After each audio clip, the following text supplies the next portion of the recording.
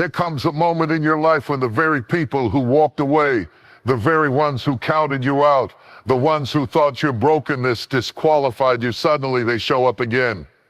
But baby, when they come back, they don't know who they're facing now. They thought the break would bury you, but God used it to build you.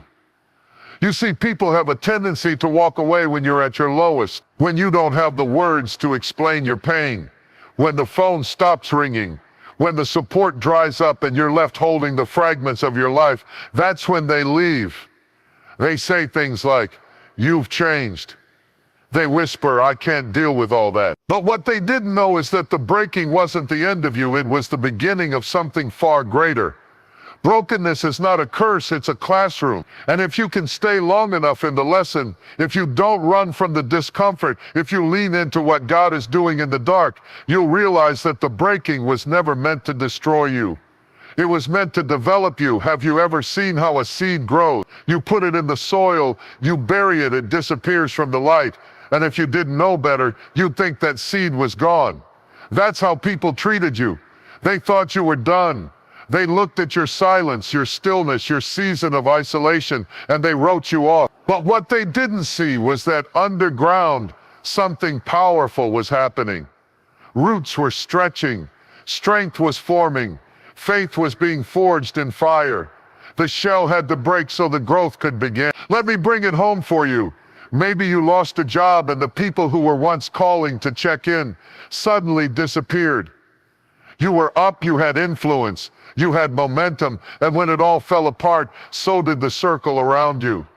They thought you were finished, but while they moved on, you were in the dark place with God. He was stripping the pride, reshaping the vision, and whispering things in secret that would echo in public one day. That job didn't bury you, it birthed you into purpose. Or maybe it was heartbreak. You were in love, you gave your all. You trusted, you believed. And when they walked away, you were left shattered. Friends didn't understand why you stopped showing up.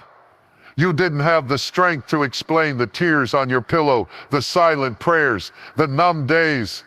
And to some it looked like weakness. But what they didn't see was that the pain broke open the shell around your calling. That relationship didn't kill you. It awakened you, it forced you to go deeper. It led you to discover a you that you never knew existed. Let's talk about health. You got a diagnosis, something unexpected. You had to stop your life. Everything changed overnight. The people who once counted on your energy suddenly drifted away. They didn't know how to handle your sickness, your process, your slowness, and they assumed this was the end of your ability to dream, to contribute, to create. But what they missed was the fire God ignited in your broken body. While they were counting you out, you were counting your blessings.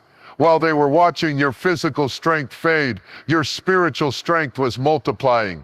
That hospital room became a sanctuary. That diagnosis became a declaration that God still works in the broken places. You see, they only saw the crack, but God saw the capacity. The break exposed the space that He could fill. People are often uncomfortable with broken things because they associate wholeness with perfection. But God associates wholeness with surrender. When something breaks in your life, a plan, a relationship, a routine, it forces you to let go of control. And it's in that surrender where the real building begins. Have you ever seen a sculptor work with clay? They don't build on something that's already rigid. They start with something soft, pliable, moldable. They break it down to build it up.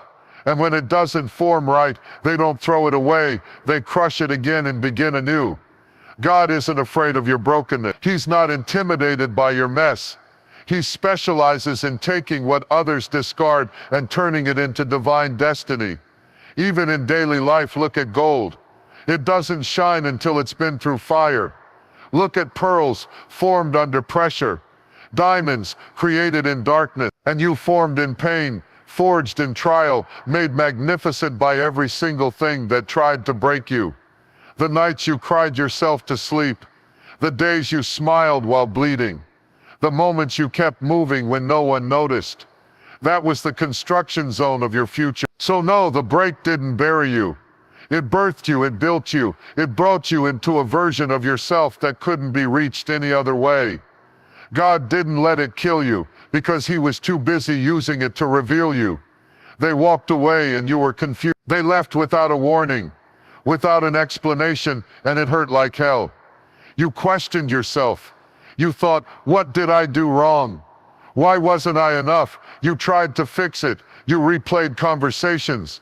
You begged God to bring them back. But what you didn't know then and what you're about to realize now is that their exit was necessary for your elevation.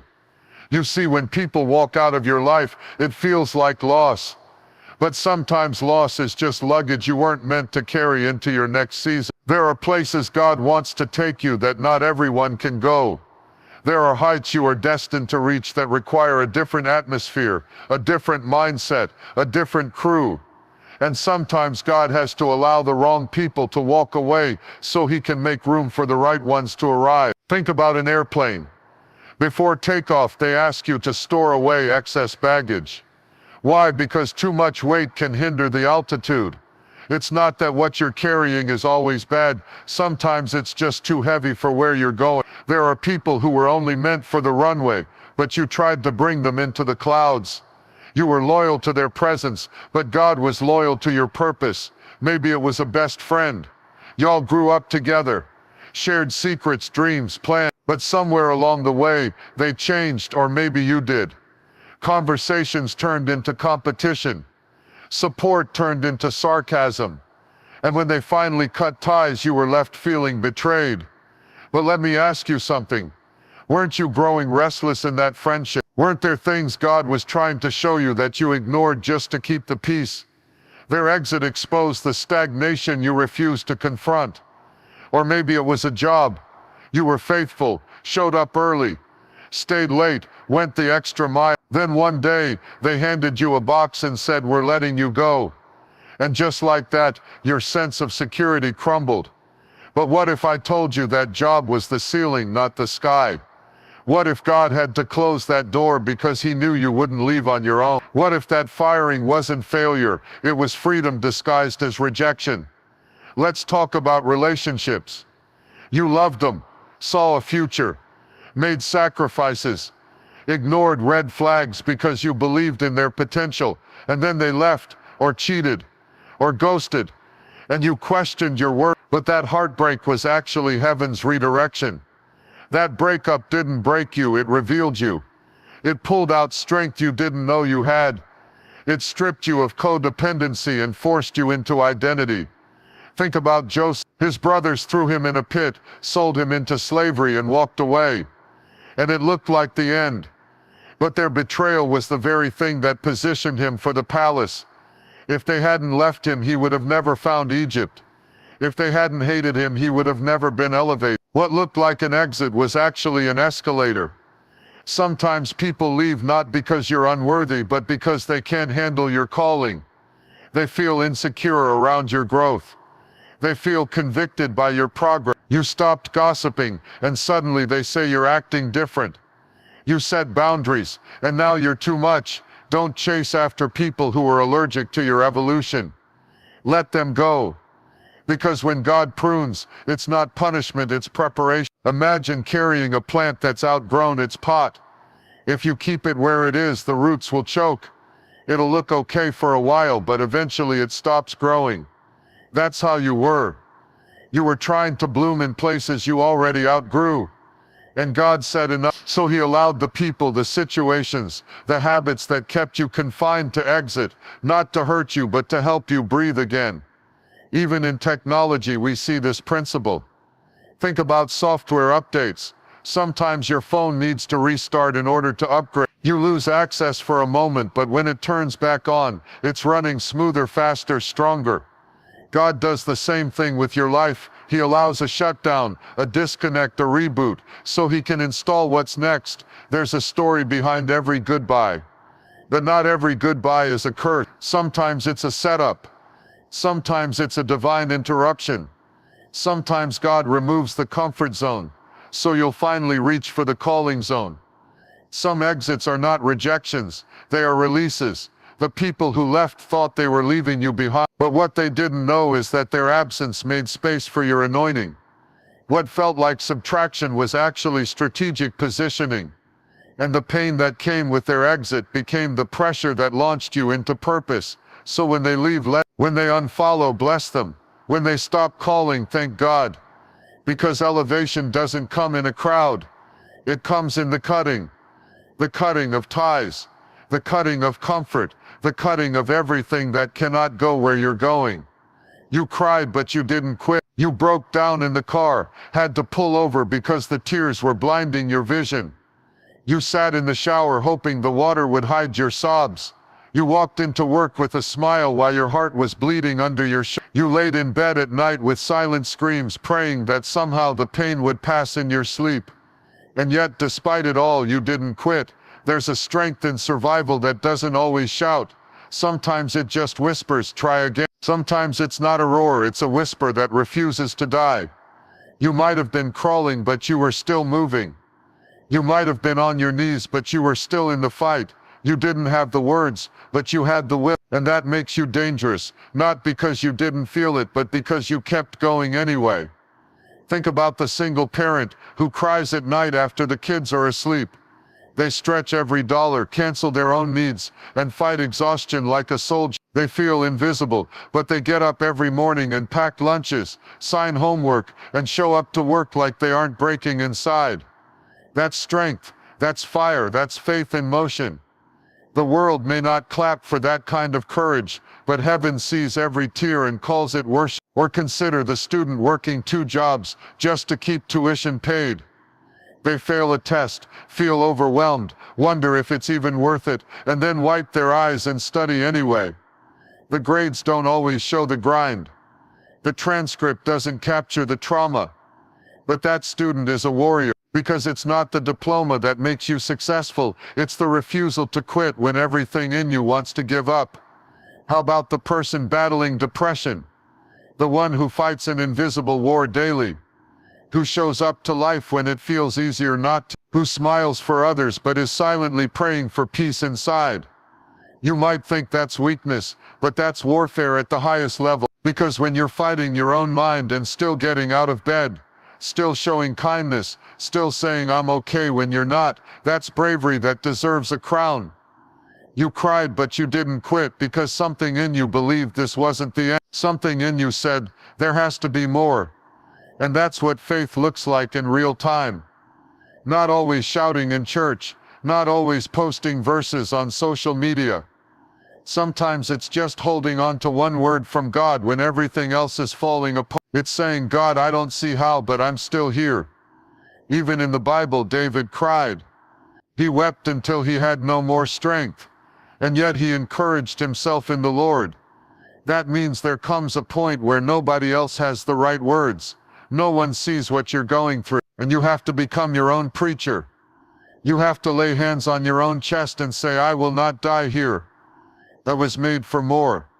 Life doesn't always hit you in the face. Sometimes it chips away at you, one little disappointment, one unanswered call, one closed, and before you know it, you're tired of hoping. But you kept hoping. That's where the victory is. Not in the outcome, but in the endurance. Imagine the athlete training in the dark, running on fumes, legs cramping, lungs burning. Nobody's cheering in the practice field. No crowds, no lights, just grit, just commitment. And when they win later, everyone sees the trophy, but they never saw the tears behind it. That's you. You've got behind the scenes pain, but you're still standing in front of life saying, let's go another round. Or think about a business owner who invests everything, time, money, belief, and still sees doors close. They question if they're cut out for this. They cry in the break room, doubting their decisions. But instead of folding, they go back to the drawing board. They send another email. They launch another product. They try again. Not because it's easy, but because there's something in them that refuses to settle. Even nature teaches us this. Look at a river. It doesn't stop when it hits a rock. It flows around it. It keeps moving. That's what you did. Life threw obstacles in your way, but you flowed anyway. You adjusted, adapted, pushed forward. You got hurt, but you didn't become bitter. You were tired, but you didn't turn back. The enemy thought the tears would stop you. He thought if he could just break your heart, he could break your hope. But you proved him wrong. Because the tears weren't the end, they were a release. You weren't breaking down, you were breaking through. And every tear you shed watered the soil of your next season. Every cry was a seed of determination. Every heartbreak became a foundation. Because you didn't just survive, you were sharpened by the struggle. The comeback always looks better than the collapse. When it all came crashing down, it felt like the end. The job, the relationship, the mental health, the dream, you watched it all fall apart right in front of you. You felt the sting of failure, the shame of defeat, the silence of people who promised they'd never leave. But what they didn't realize, and what even you forgot for a moment, is that the collapse was only the setup for the comeback. Because God doesn't waste a fall, He uses it as fuel. You lost things. You lost people. You lost pieces of yourself, but you didn't lose the fight. That's the part that makes the comeback so powerful, because nobody claps when the building falls, but they stand in awe when it rises again, better, stronger, unshakable. You were being rebuilt while everybody thought you were being ruined. You were being fortified in silence so that when your time came, your rise would speak louder than your pain ever did. Let's get real. Think about the person who gets divorced after years of trying to make it work. The collapse looks messy. Papers signed, photos deleted, mutual friends gone, identity shaken. People start whispering she failed or he lost everything. But what they don't see is that same person waking up every day, learning to love themselves again, finding joy in solitude, redefining who they are. And when they come back smiling, glowing, at peace, that comeback shines so much brighter than the pain ever could, because recovery radiates. Or the entrepreneur who lost their business. Maybe they took a risk, invested everything, and it didn't work out. They had to move out, sell the car, face the embarrassment. Folks wrote him off. He's not cut out for it. She should have known better. But what nobody knew is that in the background, they were learning, studying, building character, gaining wisdom. So when the next idea came, it was smarter, sharper, stronger. And the success that came out of the ashes silenced every voice that doubted. Because failure is not the end, it's the education behind the elevation. Even athletes understand this. One injury, one bad season, and the critics come crawling out of the shadows. They say he's done, she'll never recover. But the greatest champions don't crumble. They train through the tears. They rehab in the dark. They condition in silence. And when they return to the arena, the roar is louder, the applause is stronger, and the testimony is richer, because the collapse made the comeback that much sweeter. You had moments where you broke down in your own house and questioned everything. God, why me? Why now? Why like this? But what you didn't see was God whispering back, because I needed to rebuild you without the noise. I had to strip away the pride, the fear, the dependency, so I could pour in strength, clarity, and resilience. Sometimes you can't build until something breaks.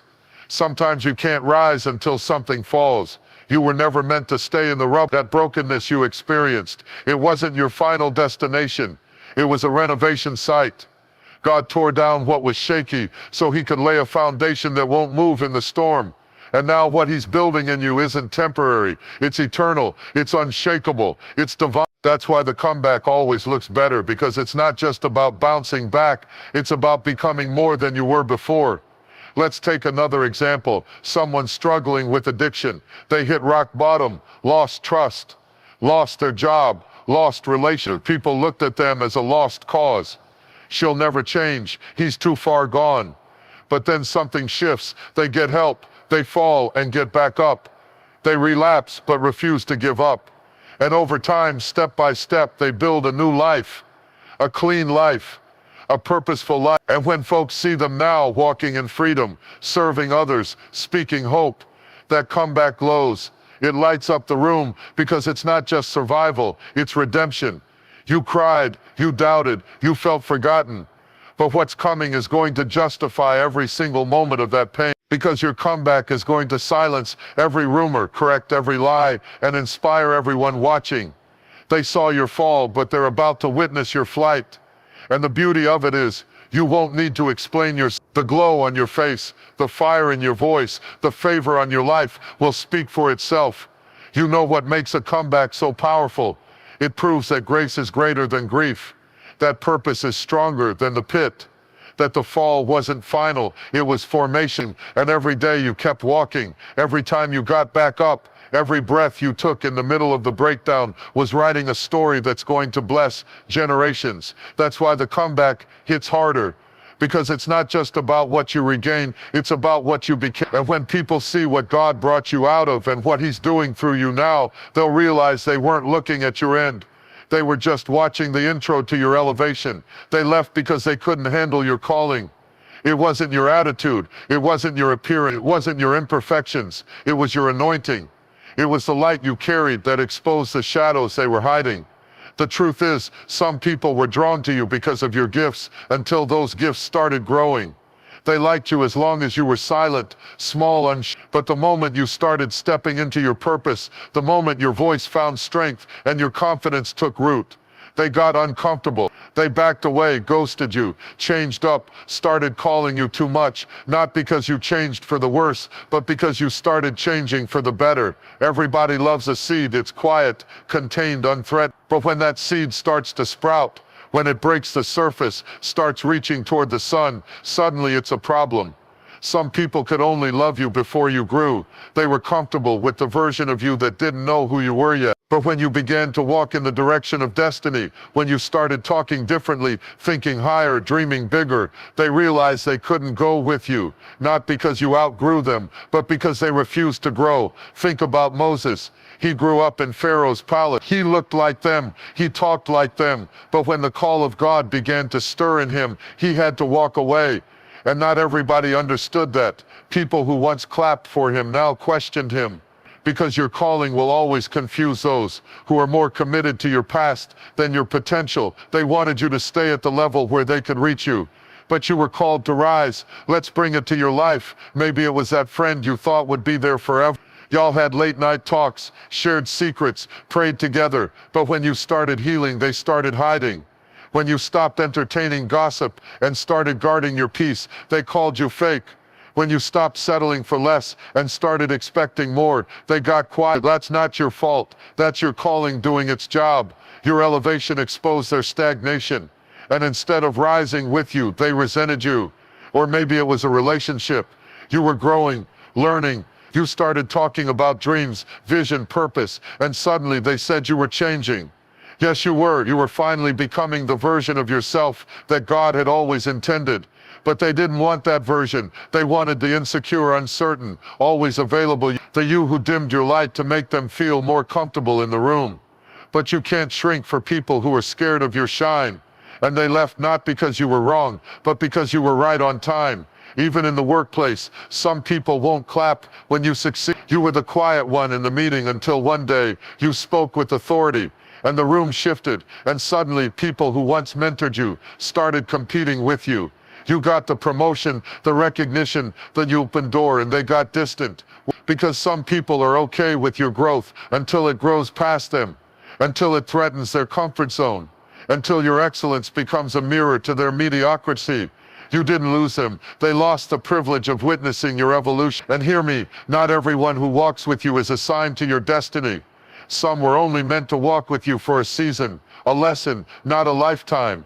And when that time is up, don't beg for them to stay. Don't water dead plants just because they once bloomed in your garden. God is not trying to maintain who you were. He's trying to manifest who you are becoming. Take a look at Jesus. He preached, healed, restored, and still people left. Not because he was wrong, but because his truth made them uncomfortable. And when he got to the cross, the crowd that once shouted Hosanna was nowhere to be found. Because your calling will always require a cross, a place where some people fall away so that purpose can rise. Think about the eagle. When it's time for it to fly, the mother eagle stirs the nest. She makes it uncomfortable because elevation can't happen in comfort. And neither can calling. Some of the people who left were never against you. They were just too comfortable with who you used to be. And your wings frightened them. You're not arrogant because you know your worth. You're not fake because you've got boundaries. You're not too much because you've got vision. You're just too called to stay quiet. You're walking in the boldness of who God created you to be, and not everyone can stomach the strength that takes. So yes, they left, but you didn't lose value. You didn't lose favor. You didn't lose your identity. You're still chosen, still called, still anointed, because when people leave, the oil doesn't, the grace doesn't, the assignment doesn't. In fact, sometimes their exit unlocks the next level of your life. Some people walk away because the glow-up scares them, because your growth convicts their stagnation, because your presence reminds them of the purpose they're ignoring, and instead of growing with you, they run from you. Don't take it personal. Take it as confirmation that the hand of God is on your life, confirmation that the calling is real, confirmation that the cost of being chosen is separation. They couldn't handle your calling, not because it was too loud, but because it was too real, too refined, too rude. And their exit wasn't a rejection of you. It was a recognition that your destiny is bigger than their comfort zone. Let them go, because your calling isn't up for negotiation, and your purpose doesn't require their permission. Your isolation was God's incubation. You thought you were being punished, when in fact you were being prepared. You thought you were being buried, but you were actually being planted. There's a silence that only destiny understands, a quiet season where no one calls, no one checks, no doors open, and everything feels still. And in that stillness you start to think maybe you're forgotten. But what you didn't know is that God was hiding you to heal you, sheltering you, to shape you, pulling you away to pour into you. The world calls it loneliness, but heaven calls it incubation. You weren't isolated to be ignored. You were isolated to be instructed, because sometimes the noise of the crowd is too loud for clarity. Sometimes God has to silence the outer world so he can speak directly into your spirit. He can't reveal your next when you're still distracted by what. And isolation becomes a place where he detoxes your soul, removes the fear, pulls out the insecurity, strips the people-pleasing. It's where he takes you back to the blueprint and reminds you who you were before the world told you who to be. Look at the caterpillar. It doesn't become a butterfly in front of an audience. It doesn't transform in public. It finds a quiet place, a hidden place, and enters the cocoon. And from the outside, it looks like nothing is happening. But inside that shell, there is warfare, there is wrestling, there is transformation, shifting, wings forming, identity being reborn. And when the butterfly finally emerges, it's unrecognizable. The same thing happened to you. They saw your isolation, but they didn't see your evolution. Take a moment to think about Joseph. He was thrown into a pit, sold into slavery, falsely accused, and left in a prison. Forgotten by men, but never forgotten by God. What looked like abandonment was actually alignment. That prison cell was not a punishment. It was an incubator for the prime minister he was about to become. In that dark space, Joseph learned how to manage, how to lead, how to trust God, even when favor didn't look like favor. God was building him in a place nobody could see so that when his time came, he'd be unshakable. Maybe you were in a season where friends stopped calling, invitations stopped coming, opportunities dried up. You started scrolling through your phone with no one to talk to, sitting in rooms where you used to feel seen, now invisible. But let me tell you, isolation isn't the absence of people, it's the presence of purpose. God needed you to himself. He couldn't afford for you to keep getting advice from broken people. He couldn't allow voices around you to keep drowning out his own.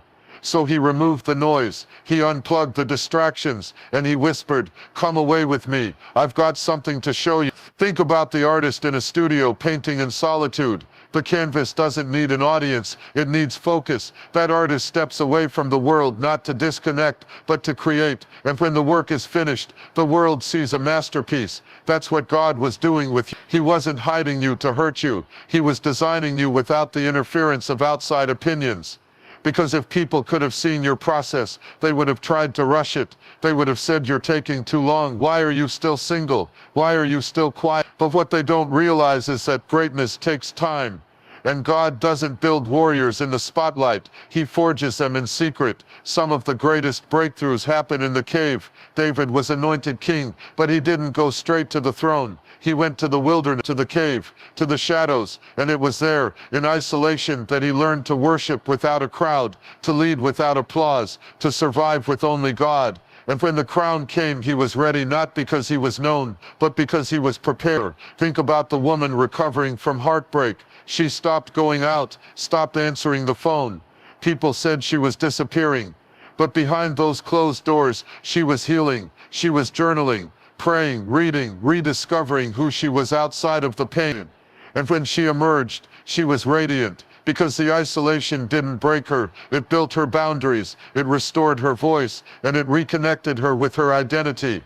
Even Jesus, before he launched his ministry, was led by the Spirit into the wilderness, alone. No followers, no miracles, just him and the Father. Why? Because before public power comes private preparation. Before impact comes intimacy. Before purpose comes pressing. And in that quiet place, Jesus fasted, fought temptation, and anchored his assignment. You can't skip the wilderness and expect to walk in divine authority. The wilderness is not a delay, it's a divine design. You felt like no one saw you, but God saw everything. The tears, the prayers, the pages in your journal no one will ever read. And while the world was scrolling past your life, heaven was downloading wisdom into your spirit, giving you vision, refining your heart, teaching you how to walk when no one's cheering, how to pray when no one's clapping, how to stand in authority even when you're surrounded by emptiness. What felt like rejection was really redirection. What looked like loneliness was really leadership training. Because when God sets you apart, it's not to punish you, it's to prepare you to lead others out. And the ones who laughed when you went quiet, they'll be the same ones amazed when you return with power, poise, and peace. You didn't disappear, you were in the womb of destiny. You weren't being erased, you were being elevated in silence. Sometimes God has to put you in a season where the only voice you can hear is his. And it may be lonely, it may feel like isolation. But that's where identity is revealed. That's where oil is pressed. That's where giants are trained in secret. Because what God is doing in you requires a foundation strong enough to carry the weight of where you're going. And the higher the calling, the deeper the isolation. The deeper the isolation, the greater the anointing. Broken crayon, still color. Just because it's been cracked doesn't mean it's been canceled. Just because it's fractured doesn't mean it's finished. In fact, some of the most beautiful shades ever drawn came from crayons that had been worn down, snapped in two, or lost their wrappers. And maybe that's you, broken by life, chipped by pain, scarred by betrayal, exhausted by disappointment. But guess what? You can still color. You can still create. You can still be used. God never needed you to be perfect. He just needed you to be available. You see, the enemy will whisper to you, you're damaged now. You can't be used anymore. But that's a lie. In God's hands, even your brokenness becomes a brushstroke of glory. Some of your deepest wounds are about to produce your most powerful work, because broken crayons still leave a mark. The question isn't, are you whole? The question is, are you willing? Willing to show up even when you feel fragile. Willing to speak life even while you're healing. Willing to carry hope even with a limp in your walk. Think of the single mother who feels like her story is shattered. Her marriage fell apart. She's raising kids alone. Her plans didn't go the way she thought they would. But every morning she gets up. She packs lunchboxes, kisses foreheads, and prays over little lives. And maybe she cries in the car after drop-off. Maybe she sits in silence when the kids go to sleep. But she's still coloring with every bedtime story, every scraped knee bandage, every whispered prayer. She's showing the world that broken doesn't mean useless. It means resilient. Or take the man who lost his job and with it, his confidence. He used to feel strong, needed, important. But now he questions his worth. Bills pile up. Rejection letters keep coming, but still he applies. He learns new skills. He holds on to his faith. He encourages others even when he's discouraged himself. And every act of persistence is a bold, bright stroke across the canvas of his destiny. He may feel broken, but he's still coloring one application, one interview, one prayer at a time. Think about the woman who was abused. She carries invisible scars. Maybe people see her smile, but they don't see the healing it took to wear it. They don't know the nights she screamed into pillows, the therapy sessions, the shaky steps toward trusting again. But now she's mentoring other survivors. She's speaking life into women who feel trapped. Her story, though broken, is powerful. Her pain, though deep, has purpose. And every testimony she shares is a splash of color in someone else's dark world. She's coloring with her brokenness, turning her wounds into weapons. Even in Scripture, broken people were God's favorite tools. Moses stuttered. David messed up big time. Rahab had a past. Peter denied Jesus. Paul persecuted Christians. But God didn't discard them, He deployed them. He didn't sideline them. He sent them. Because God doesn't look for perfect pencils. He uses broken crayons. The brokenness becomes part of the art, and somehow in His divine genius, the flaws make the picture more vivid, more beautiful, more relatable. There's something sacred about scars. Scars say, I've been through it, but I'm still here. Scars don't say you lost, they say you survived. And survival, that tenacity, becomes your testimony. It becomes your ministry. Because people aren't moved by perfection, they're moved by authenticity. They don't need a flawless hero. They need to see someone who's real, someone who's been through fire and came out glowing. Someone who can say, I've been where you are, and look, I'm still coloring.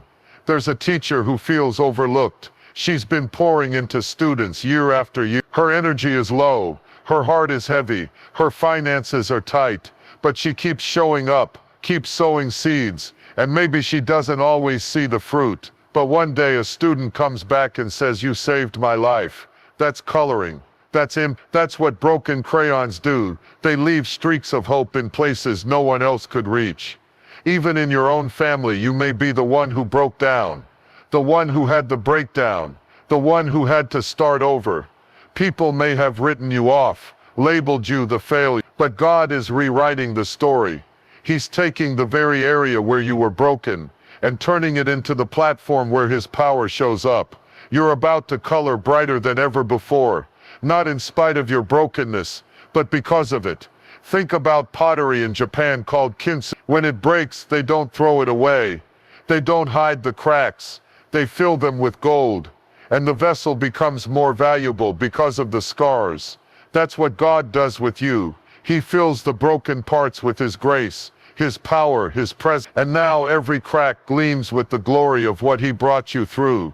Your depression didn't disqualify you. Your mistake didn't cancel your mission. Your past didn't stop your purpose. You're still here, still breathing, still standing. And as long as there's breath, you can still color. You can still speak light. You can still change lives. You don't need a perfect past. You just need a willing heart. There's a child drawing with broken crayons right now, and they don't even care. They don't complain that the crayon is shorter, smaller, or chipped. They just create. That's your reminder. Don't wait to be whole to start moving. Don't wait to be perfect to begin. Just start. Start with your story. Start with your scars. Start with your shaky voice and trembling hands. Start with tears still in your eyes if you have to. But because the power of a crayon is not in its condition, it's in its color, and no matter how broken you feel, you've still got color inside of you. Passion, purpose, fire, wisdom, vision, all of it's still in you waiting to be released. They came back needing what you became. Isn't it funny how the very people who dismissed you, underestimated you, walked out on you, or ignored you, are now circling back, not because you begged, not because you chased, but because your growth made noise without saying a word.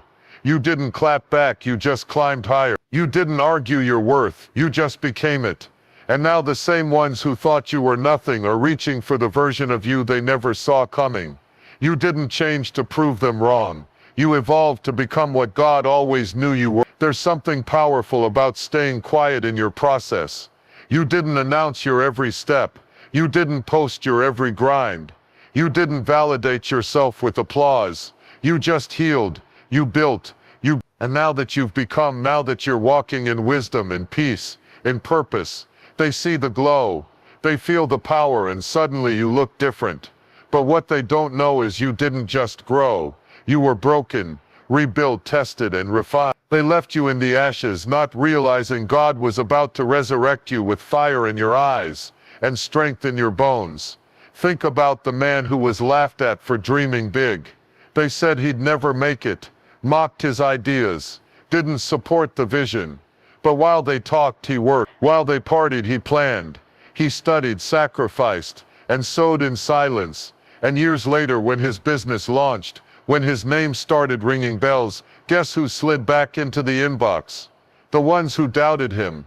The same ones who called him crazy were now asking for a job because they came back needing what he became. Stable, focused, disciplined, and walking in divine success. Or imagine the woman who was ghosted by the friends she thought were for life. They said she was too much, too deep, too sensitive. So they laughed at her healing journey, dismissed her transformation. But while she was alone, she found herself. She stopped people-pleasing.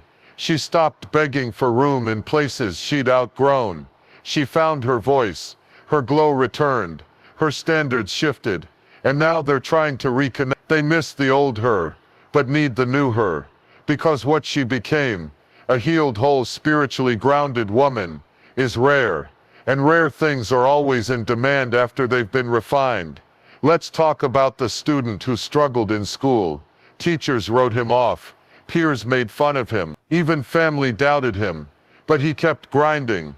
Late nights, tutoring sessions, failing and trying again.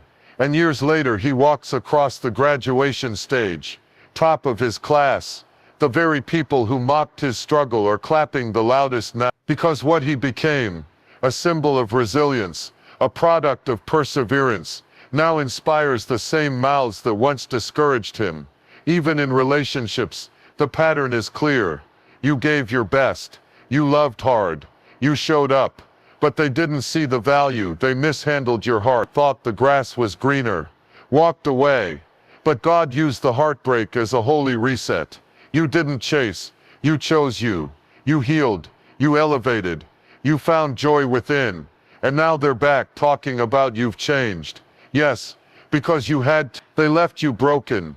But you became whole in silence. And what they left behind, others are now praying to find. Think about Jesus. The very ones who shouted Hosanna turned around and yelled, crucify him. They betrayed him, denied him, abandoned him. But 3 days later he got up, and after the resurrection, people came looking for him again. Not as a man, but as a risen king. That's divine transformation. When people leave during the breaking, but return when they see the glory. Because they didn't expect you to rise. They didn't believe you'd become what you were always destined to be. There's a woman who went through divorce and thought her life was over. People whispered, judged, said she'd never bounce back. But she turned that pain into power, started her business, built a new home, raised her kids with grace and grit. And years later, people who watched her fall are now asking her for advice. How did you do it? Can you mentor me? Because they came back needing what she became.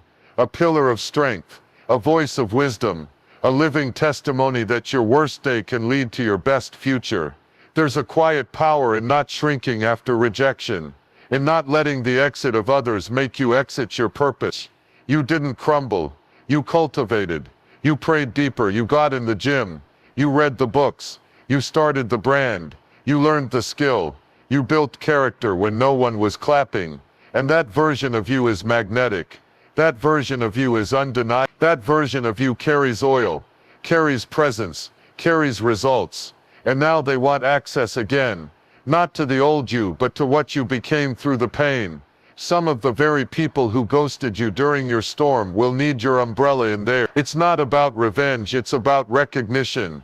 God allowed you to go through the valley not just to survive, but to shine when you got out. And now your light is attracting the same ones who never lit a candle for you when you were in darkness. They're coming back, not out of guilt, but out of hunger for wisdom, for peace, for answers. Because what you became speaks louder than what they believed. You weren't petty. You didn't post subliminals. You didn't beg. You just got better. You let your growth speak in rooms where you were once overlooked. You let your success speak louder than your scars. And now you're standing in the position they never imagined for you. Strong, healed, influential, anointed. And they're looking at you like, wow, I didn't know you had this in you. But the truth is you always did. They just didn't stay long enough to see it unfold. But God saw it all. And He's the one who took their exit and turned it into your evolution. You don't need revenge. You've got results. You don't need to clap back when your comeback speaks for itself. You don't need to lower your standards to match the level of people who threw dirt on your name. The same ones who tried to bury you didn't know you were a seed. Thought the end of your chapter was your burial, but God used it as your planting. And now while they're watching, you're rising. Quietly, powerfully, consistently. You don't need to prove a point when your presence is your results are doing the talking, and they're louder than any rumor. Sometimes the best way to respond to betrayal, gossip, shade and silent exits is not through revenge but through rebuild. Let your glow be your rebuttal. Let your peace be your protest. Let your growth be your greatest argument. When people tried to count you out, it was God who counted you in. And that's why you're still standing. Because favor outlasts falsehood. You weren't called to play petty games. You were called to build legacy. And legacy doesn't argue, it manifests. Think of the man who got fired unfairly from a job he gave everything to. They let him go without a thank you, told him he was replaceable, thought they'd crushed his spirit. But instead of retaliating, he recalibrated. He took the pain and built a brand. He took the loss and created a company. And now years later that same company is thriving. And guess who's applying for jobs there? The same folks who once walked past him like he was nothing. He didn't have to clap back. His results did it for him. The exit they thought would break him became the elevator that lifted him. Revenge wants you to get even, but results put you ahead. Don't trade your destiny just to settle a score. Some people are so loud with their hate because they can't stand how silent your success is. They threw shade hoping to dim your light, but all they did was force you to shine brighter. Because when you walk with God, your results are drenched in evidence. Evidence that He was with you. Evidence that your tears weren't waste. Evidence that what they meant for evil, God used for elevation. There's a woman who was cheated on and left with 2 kids. Humiliated, crushed, her heart shattered into pieces, and people whispered she'll never make it. But she didn't chase revenge. She chased her healing. She got therapy. She found her voice. She got closer to God. And while they were watching her to fall, she was rising in silence. Now she's financially stable, emotionally whole, spiritually on fire. She didn't need revenge. She had results. The kind of results that money can't buy: peace, confidence, joy, and wisdom. Results take time, but when they show up, they shut mouths. You could spend years trying to convince people of your worth, or you could spend that time becoming it. Let them talk. Let them doubt. Let them laugh. While they gossip, you grind. While they sleep, you build. While they play, you pray. And soon enough, the very people who mocked your process will need your product. They'll need your insight, your skill, your presence. Because real results command respect. Think about the young man who didn't go to college, and everyone told him he'd never be anything. They called him lazy, said he was throwing his life away. But he studied entrepreneurship, started small, sold things out of his trunk, took online courses, failed and tried again. And now years later his company is worth millions. He didn't argue, he didn't explain, he just executed. And now people are writing articles about him. The same people who thought he was a failure are now asking for interviews. He didn't have to flex. His fruit spoke. Even in the Bible, Joseph was betrayed by his own brothers, thrown in a pit, sold into slavery, locked in prison. They tried to destroy him, but God had a plan. Joseph didn't plot revenge. He kept his eyes on purpose. And years later, the same brothers who left him for dead had to come back and bow before the man they betrayed. Joseph didn't scream, "I told you so." He just stood in power, in grace, in maturity. Because when you're truly elevated by God, revenge looks too small for your assignment. There's a woman who was the black sheep of her family, always misunderstood, mocked for her faith, her dreams, her difference. They laughed when she stayed in on Friday nights to work on her vision. They rolled their eyes when she talked about purpose. But now they're calling her for advice, asking her to pray, wanting to know her secret. She didn't shout back. She didn't seek revenge. She just became, and what she became silenced every doubt. Because results don't argue, they arrive. You don't need to get back at anyone. Just keep getting better. Every time you evolve, you expose the smallness of their attack. The enemy wants your energy in battles that don't even belong to your level. Don't give it to them. Keep rising. Keep healing. Keep building. Let the anointing speak for itself. Because when God backs you, even your silence has weight. And when the evidence is undeniable, even your enemies have to acknowledge your excellence. Forgive those who hurt you, not because they deserve it, but because your destiny is too great to be delayed by bitterness. You've got too much oil to waste time with old fires. Let your wins do the talking. Let your growth be your response. Let your transformation be your triumph. Because the truth is, when God finishes showcasing what He's doing in your life, revenge won't even be necessary. The results will say everything. God was with you in the breaking and in the building. Too often we find ourselves focusing on the struggle, the pain, the loss, the brokenness. We feel as if the breaking is the end, that the cracks, the tears, the setbacks are where our story finishes. But the truth is, the breaking is where the power is built. It is in the breaking that God begins to mold you, to refine you, to shape you into something you could never be without the process. And just as He was with you in the breaking, He is with you now in the building. What was once shattered is being reassembled with divine precision. Think about a tree. When a tree is pruned, it looks like it's being destroyed. The branches are cut, the leaves fall, and it seems like the tree is losing its strength.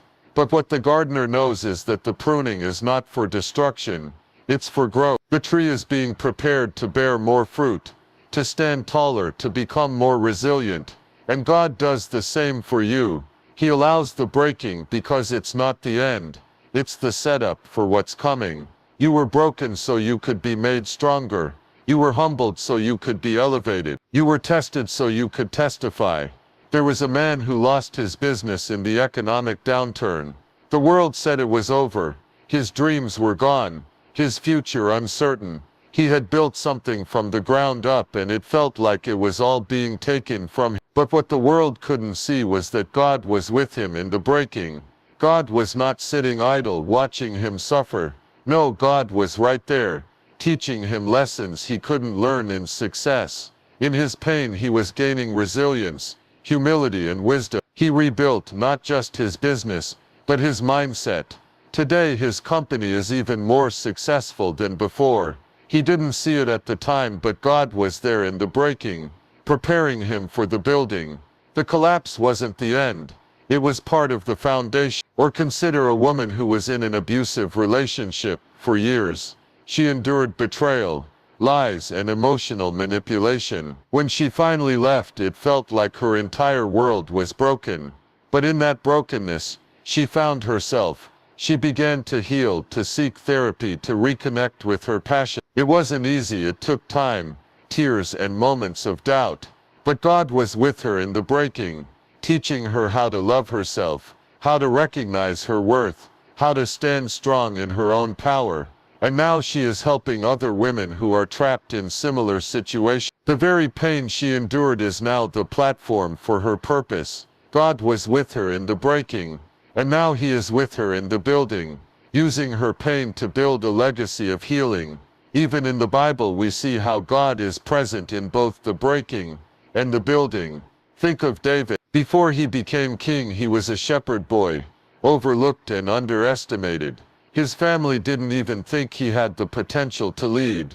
He spent his days alone with sheep, but God was with him there. And when the lion and the bear attacked, David didn't run. The breaking of his quiet, isolated life was preparing him for the battle ahead. That breaking season was shaping him into the warrior who would one day slay Goliath and rule a kingdom. God was with him in the breaking, shaping his heart, refining his courage and fortifying his faith. And when David took the throne, it wasn't by accident. He had been built in the breaking, and the building was only possible because of the foundation laid in those difficult hidden days. You've been through your own breaks. You felt the weight of loss, of disappointment, of betrayal. You've questioned why things had to fall apart, why the road had to be so hard. But God has never abandoned you. Even when you were broken, He was there. You may have cried out in pain, but He was right beside you, holding your hand. And now as you rise from those ashes, you're stronger, you're wiser, you're equipped with a power you didn't have before. That brokenness is the fertile ground where God has planted the seeds of your destiny. And now He's building you into something you could have never imagined.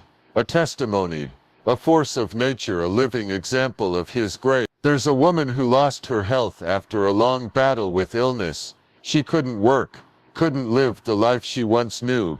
But in that time of weakness, God was teaching her about endurance, about relying on His strength, about finding peace even when her circumstances didn't change. She began to write, to speak, to share her story. Now she travels the world, inspiring others who are struggling with health issues. Her ministry has reached thousands. The very thing that broke her was the thing that built her into a voice for the voiceless. God was with her in the breaking, and now He's with her in the building, using her story to give others hope. You see, breaking is not the absence of God. Breaking is often the moment when God is doing His deepest work in you. It's easy to think that God is distant when things are hard, but the truth is He's closer than ever. He's in the cracks, in the hurt, in the silence, working on your heart, teaching you patience, refining your character, and growing your faith. And when you look back, you realize that everything you thought was breaking was actually building. God doesn't waste pain. He doesn't waste heartache. Every single moment of your struggle is a part of the masterpiece He's creating in your life. When you feel like your life is falling apart, remember that God is with you in the breaking. And when the pieces begin to come back together, when you start to rise again, you will see that the breaking was part of the building. The tears, the trials, the battles, they were not in vain. They were laying the foundation for what you're about to become. And just as God was with you in the breaking, He will be with you in the building, guiding every step of your journey.